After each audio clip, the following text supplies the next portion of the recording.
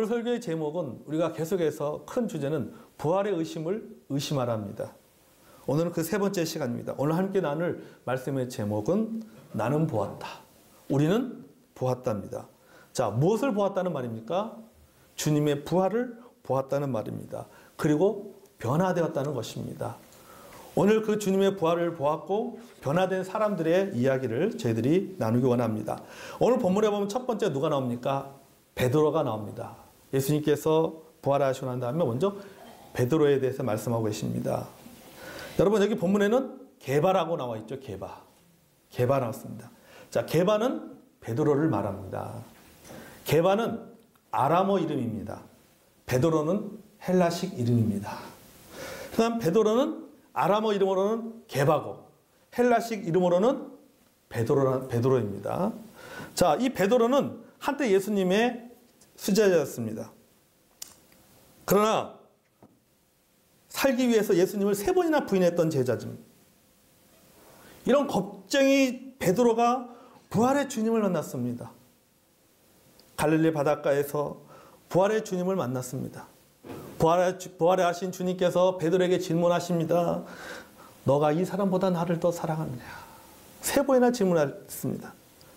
베드로가 뭐라고 대답합니까? 네, 내가 주님을 사랑합니다. 내가 저 사람들보다 주님을 더 사랑합니다라고 고백을 했습니다. 사도행전으로 넘어갑니다. 우리 베드로가 달라졌어요.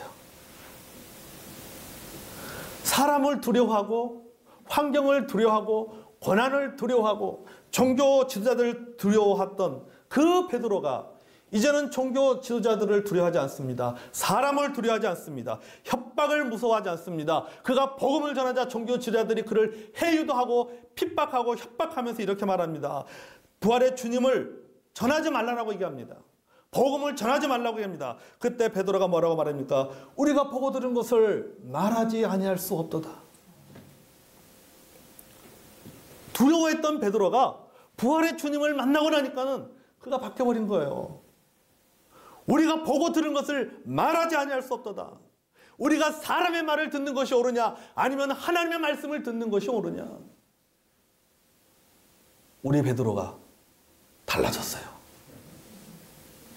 우리 베드로가 달라졌어. 여러분, 어떻게 본 것을 보지 않았다고 말할 수가 있겠습니까? 어떻게 내가 믿고 내가 확신하는 것을 내가 믿지 않는다고 그렇게 말할 수가 있습니까? 여러분, 베드로는 무엇을 보고 무엇을 들었다는 말입니까? 예수님의 부활을 들었다는 겁니다. 그리고 부활하신 예수님을 그가 보았다는 겁니다.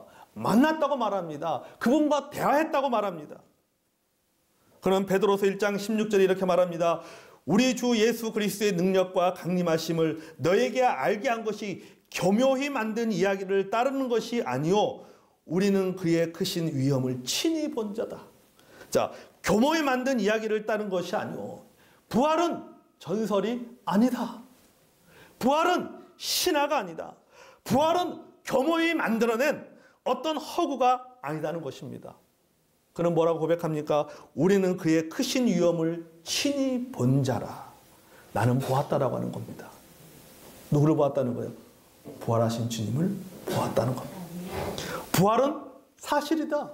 부활은 역사다. 내가 부활을 보았다는 것입니다. 내가 부활하신 주님을 직접 목격했다는 말입니다. 누가 보았다고요? 베드로가 보았습니다. 베드로가 목격했습니다. 둘째는 그다음에 본문에 보니까 누가 나옵니까? 12 제자들이 나옵니다. 12 제자들. 자, 예수님이 죽자 제자들은 모든 것이 다 끝났다고 생각했어요.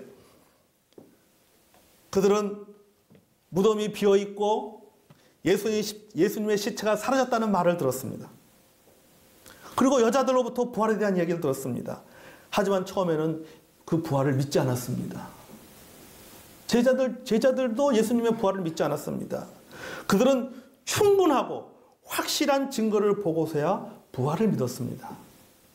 도마는 더 했잖아요. 도마는 뭐라고 말합니까?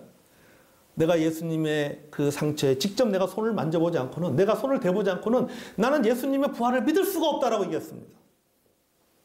그래서 그는 그 부활을 확인하고자 예수님을 만났고 예수님의 그 상처에 직접 자신의 손으로 만져보았습니다. 여러분, 이렇게 겁 많고 의심 많던 제자들이 부활의 주님을 만나고 나서 어떻게 달라졌습니까? 용감해졌어요.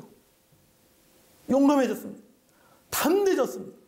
목숨을 내어놓고 부활의 주님을 사람들에게 전하는 사람들이 되었다는 것입니다. 용감하게 순결했습니다. 자신의 목숨을 내어놨어요. 3일 전까지만 해도 목숨이 두려워서 도망했던 사람들이 이제는 담대하게 자신의 목숨을 내어놓고 복음을 전하는 사람들이 되었다는 것입니다. 부활의 주님을 전하는 사람들이 되었다는 것입니다. 어떻게 하루아침에 이렇게 달라질 수가 있습니까? 부활의 주님을 만났기 때문이에요. 아멘. 죽음이 두려워서 도망갔던 제자들이 나중에 어떻게 죽습니까? 베드로는 십자가에 달려 죽었습니다. 안드레도 십자가에 달려 죽었습니다. 세베대의 아들 야고보는 칼에 찔려 죽었습니다. 세베대의 아들 요한은 자연사했습니다. 빌립은 십자가에서 죽었습니다. 바돌로메도 십자가에서 죽었습니다. 도마는 창에 찔려 죽었습니다. 마태는 칼에 찔려 죽었습니다. 알페의 아들 야고보는 십자가에 죽었습니다. 다데오는 화살에 맞아 죽었습니다. 열심 당원이었던 시몬은 십자가에 달려 죽었습니다. 여러분, 이 사람들이 거짓말 때문에 죽었습니까? 자신들의 한 말이 있기 때문에 그 말을 입증하기 위해서 그들이 일부러 죽었나요? 아니에요. 부활이 사실이기 때문에 죽었다는 사실입니다. 아멘? 부활을 믿었기 때문에 죽음을 두려워하지 않은 것입니다. 왜? 히브리에서 나오는 것처럼 더 좋은 부활을 경험하기 위해서. 더 좋은 부활을 경험하기 위해서. 부활의 주님을 만나고 나니까는 두려움이 사라집니다. 왜요? 그 부활의 주님을 통해서 뭘 경험한 거예요? 나도 부활할 수 있다 라고 하는 사실을 그들이 경험을 한 겁니다. 미국의 한 법률학자가 이렇게 말했습니다. 수백 명의 사람들에게 나타난 예수의 모습에 대해 쓴 이야기들이 거짓이었다고 가정해보자. 나는 하나의 문제를 제기하고 싶다. 널리 알려진 한 사건에 대하여 역사학자이거나 목격자이거나 반대자이거나 그리스도의 시체를 보았던 사람은 분명히 그것을 기록할 거라고 당신은 생각하지 않는가? 이 말은 뭡니까?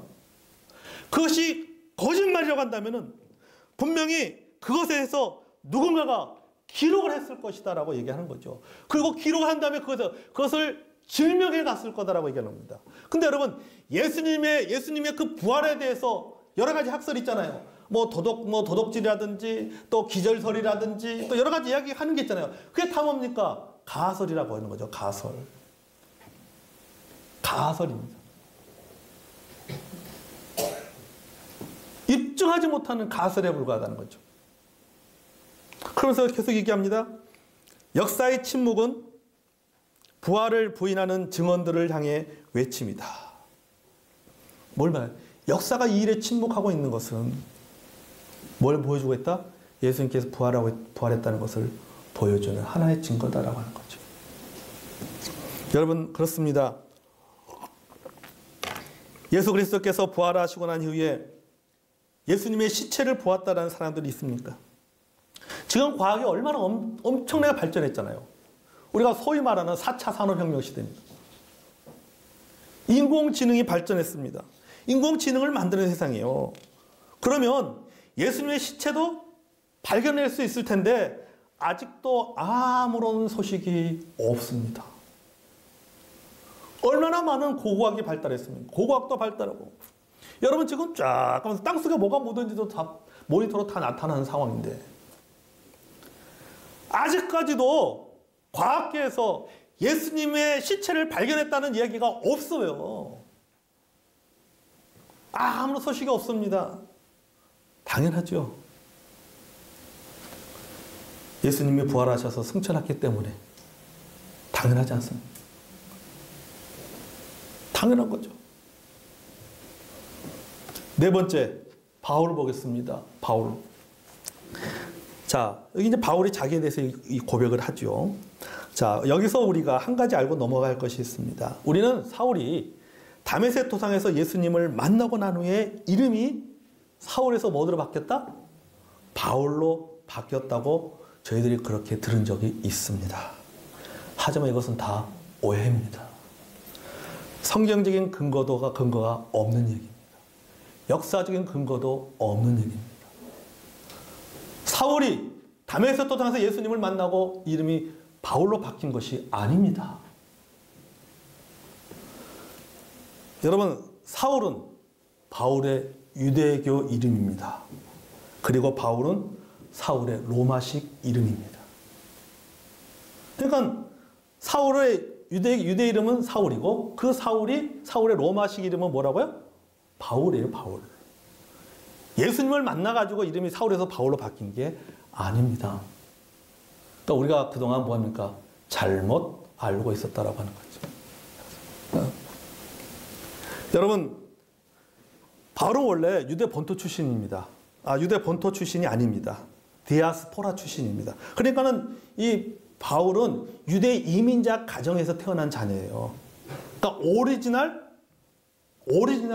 유대인 가정 출신이 아니라 이민자 가정입니다. 바울은요. 그래서 이름이 두 개예요. 쉽게 말해서 우리 미국에 사는 교포들을 보십시오. 보통 한국 이름도 있고 미국 이름도 있잖아요. 그죠? 하나는 한국 이름이고 하나는 미국 이름을 씁니다. 그러니까 저도 이름이 두 개입니다. 한국 이름은 유봉호입니다. 미국 이름은 유톰 크루즈예요. 죄송합니다. 믿습니까? 동의하지 않네요. 네. 여러분 그렇잖아요. 여러분 우리도 보통 보면요, 그 교포들 같은 경우는 한국에 오면 한국 이름을 쓰지만 미국에 생활할 때는 한국 이름 안 쓰고 그 미국 이름을 쓴단 말이죠. 또 바울도 마찬가지예요. 바울도. 아까 그래서 바울이 유대 이민자 출신 가정에 태어난 자녀이기 때문에 그는 유대교 이름과 로마식 이름 두 개를 다 쓰는 겁니다. 근데 저는 이렇게 이것을 찾아보면서 참 바울이 대단하다는 생각이 들어요. 왜냐하면 바울은 보세요. 바울이 복음을 전하는 대상은 누굽니까? 이방인들입니다. 그러니까 이방인들에게 복음을 전하다 보니까는 어떤 이름이 편한 거예요? 로마식 이름이 편한 겁니다. 바울이라고 하는 이름이 편한 거예요. 바울. 그러니까 우리도 그렇잖아요, 여러분. 내가 미국식 이름이 하나 있는데 미국 사람 만났다고 생각해 보세요. 한국 이름 씁니까? 미국 이름 씁니까? 당연히 미국 이름 쓰죠. 그 사람도 이해할 수 있게 미국 이름 쓰고. 그럼 바울도 마찬가지예요, 바울도. 자, 그럼 이 바울이 어떤 사람인가라고 하는 거죠? 바울은 다소 출신입니다. 다소가 어떤 지역이냐? 스토아 철학과 문화로 잘 알려진 학문의 도시가 바로 다소입니다. 학문의 도시, 다소란 지역이. 자, 바울은 기독교를 가장 극단적으로 반대하는 사람입니다. 그는 유대식 교육을 받았습니다. 바리새인의 엄격한 원칙 아래서 성장했습니다. 14살 때에 그 시대 가장 위대한 랍비 중에 하나였던 가마리엘의 제자가 되었습니다. 이 가마리엘이라는 사람이 누구냐 하면은 유대교를 만드는 힐렐이라고 하는 그런 유명한 랍비의 손자입니다. 힐렐. 그래서 여러분 유대교를 공부하면 힐렐파, 사마이파라고 나옵니다. 아주 영웅이죠. 유대인들에게 영웅과 같은 존재죠. 아주 철저하게 율법을 만들고 율법을 해석했던 사람입니다. 그 손자의 제자가 누구냐? 바울이라고 하는 겁니다. 그러니까 이 바울은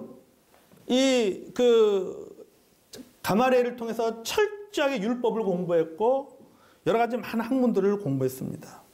자, 그는 이렇게 고백합니다. 갈라디아서 1장 14절에 보면 내가 동족 중에 여러 영갑자보다 유대교를 지나치게 믿어 내 조상의 전통에 대하여 더욱 열심이었으나 이렇게 말하고 있어요. 그러니까 누구보다 내가 다른 사람보다도 더 열심이었다라고 하는 거죠. 내가 그런 사람이었다는 겁니다. 바울이 자기를 고백하는 겁니다. 뿐만 아니라 바울은 로마의 시민권을 갖고 있는 특권 계층입니다. 자, 그래서 그리스의 문화와 사상을 꿰뚫고 있었습니다. 헬라어를 자유자재로 구사했어요. 바울은요. 논리에 뛰어난 사람입니다. 그래서 그는 고백하기 나는 말에는 부족하나 쓰는 데는 능하다고 했어요. 그 정도 논리가 뛰어난 사람이 바울이었습니다. 바울의 설교 중에 보면요. 기원전 6세기 그리스 최고의 철학자였던 에피메니데스, 최고의 시인이었던 아라투스, 스토아 철학의 그 대부라고 말하는 크레안테스의 글을 인용할 정도로 철학에 뛰어난 사람이 바로 바울이었다라고 하는 거죠. 그러니까 바울은 스토아 철학, 그 다음에 헬라 철학, 그 다음에 그리스 철학에 뛰어난 사람이었던 거죠. 그 모든 학문을 섭렵한 사람이 바울입니다. 그래 굉장히 아주 탁월한 엘리트지요. 사도행전 17장 28절을 봅니다. 이렇게 나오고 있습니다. 사도행전 17장 28절은 우리가 그를 힘입어 살며 기동하며 전지하느니라 너희 시인 중에 어떤 사람들의 말과 같이 우리가 그의 소생이라 하니. 그러니까 바울이 지금 이렇게 설교한 중에 이야기하고 있는 겁니다. 자, 우리가 그를 힘입어 살며 기동하며 전지하느니라 너희 시인 중에 어떤 사람들은 말과 같이 우리가 그의 소생이라 하니. 여기서 어떤 사람들은 누구를 말하냐면 아까 말한 에피메니데스, 아라투스, 클레안테스 이런 시인들과 철학자들을 말하는 겁니다. 그러니까 바울은 어떤 때는 복음을 전하면서 그 가운데 보니까 자기가 알고 있던 그리스의 철학, 헬라 철학, 스토아 철학에 대해서도 이야기를 했다는 겁니다. 그 정도입니까? 그 정도로 그는 철학에 있어서 탁월한 사람이었다는 거죠. 자, 여러분 보십시오. 헬라 철학이나 그리스 철학이나 스토아 철학 같은 경우에는 여러분 그 안에 뭐입니까? 철저하게 여러분 다신론입니다. 철학 자체가요. 다신론이죠. 여러분 그리스 가보세요. 로마에 가보세요. 완전히 다신론이잖아요.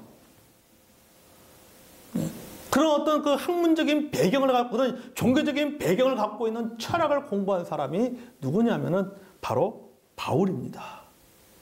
자, 이런 바울이 이렇게 뛰어난 바울이 변화되었습니다. 자신을 뭐라고 고백합니까? 오늘 본문 8절에 보면 맨 나중에 만삭되지 못하여 난 자 같은 내게도 보이셨느니라. 만삭되지 못하여 난 자. 뭘 말하는 겁니까?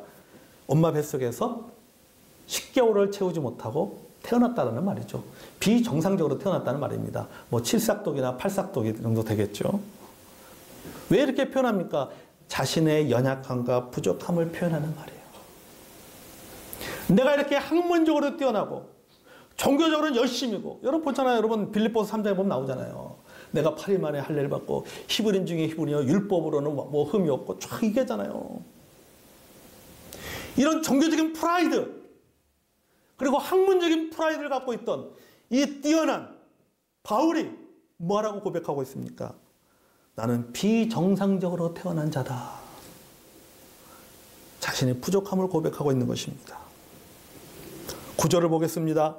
나는 사도 중에 가장 작은 자라. 나는 하나님의 교회를 박해했으므로 사도라 칭함을 받기를 감당하지 못할 자니라.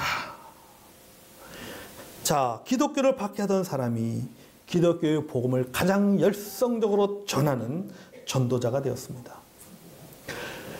철학을 최고의 학문으로 생각하는 자랑하던 사람이 그는 뭐라고 합니까? 철학을 뭐라고 표현합니까? 세상 초등학문이라고 표현합니다. 그것은 초등학문이고 복음이 최고의 학문이라고 가르치는 교사가 되었어요. 그동안 자신이 가졌던 그러한 율법과 철학의 종교적인 프라이드를 뭐로 하겠습니까? 좀 신랄하게 표현하면 똥으로 하겠다는 거예요. 똥으로. 빌립보 3장에 나왔잖아요. 내가 이 모든 것을 다 뭐로 하겠다니까? 배설물로 하겠다는 거죠.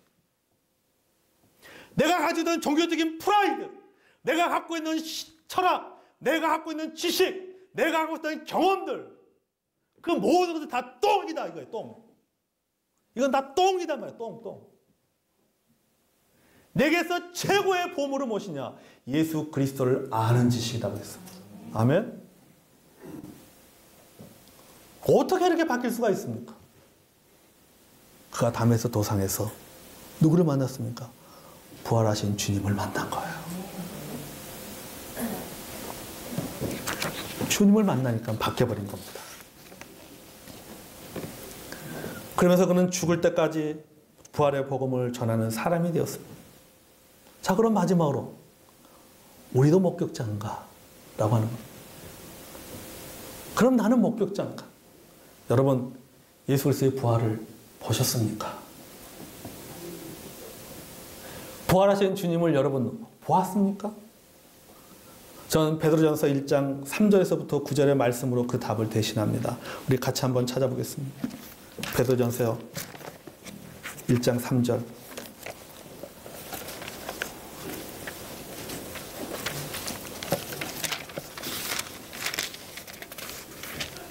자, 베드로전서 1장 3절부터 9절까지 우리 같이 한번 읽겠습니다. 자, 베드로 1장 3절부터 9절입니다. 자, 시작. 우리 주 예수 그리스도의 아버지 하나님을 찬송하려다 그의 많으신 공능대로 예수 그리스도를 죽은 자 가운데서 부활하게 하심으로 말미암아 우리를 거듭나게 하사 산 소망이 있게 하시며 썩지 않고 더럽지 않고 쇠하지 아니하는 유업을 잊게 하시나니 곧 너희를 위하여 하늘에 간직하신 것이라. 너희는 말세에 나타나기로 예비하신 구원을 얻기 위하여 믿음으로 말미암아 하나님의 능력으로 보호하심을 받았느니라. 그러므로 너희가 이제 여러 가지 시험으로 말미암아 잠깐 근심하게 되지 않을 수 없었으나 오히려 크게 기뻐하는도다. 너희 믿음의 확실함은 불로 연단하여도 없어질 금보다 더 귀하여 예수 그리스도께서 나타나실 때에 칭찬과 영광과 존귀를 얻게 할 것이니라. 예수를 너희가 보지 못하였으나 사랑하는도다. 이제도 보지 못하였으나 믿고 말할 수 없는 영광스러운 즐거움으로 기뻐하느니 믿음의 결국은 곧 영혼의 구원을 받음이라. 아멘. 자, 여러분 보십시오. 예수를 너희가 보지 못하였으나 사랑하는도다. 이제도 보지 못하나 믿고 말할 수 없는 영광스러운 즐거움으로 기뻐하느니 믿음의 결국은 곧 영혼의 구원을 받음이라. 아멘. 여러분, 예수님을 우리가 부활을 보았습니까? 보지 못했습니다. 보지 못하였으나 그런데 부활의 주님을 사랑합니다. 부활의 주님을 믿습니다. 하루하루를 감사하며 기쁨으로 살아갑니다. 여러분, 그렇잖아요. 여러분 보십시오. 여러분 자신을 보십시오. 어떻게 내가 이렇게 변할 수 있습니까? 어떻게 내가 바뀔 수 있습니까? 제가 가끔 집에서 보면 저희 집사람이 저보고 하는 얘기가 참 불가사의하다 라고 표현을 합니다. 어떻게 저런 사람이 설교를 하고 어떻게 저런 사람이 글을 쓸까?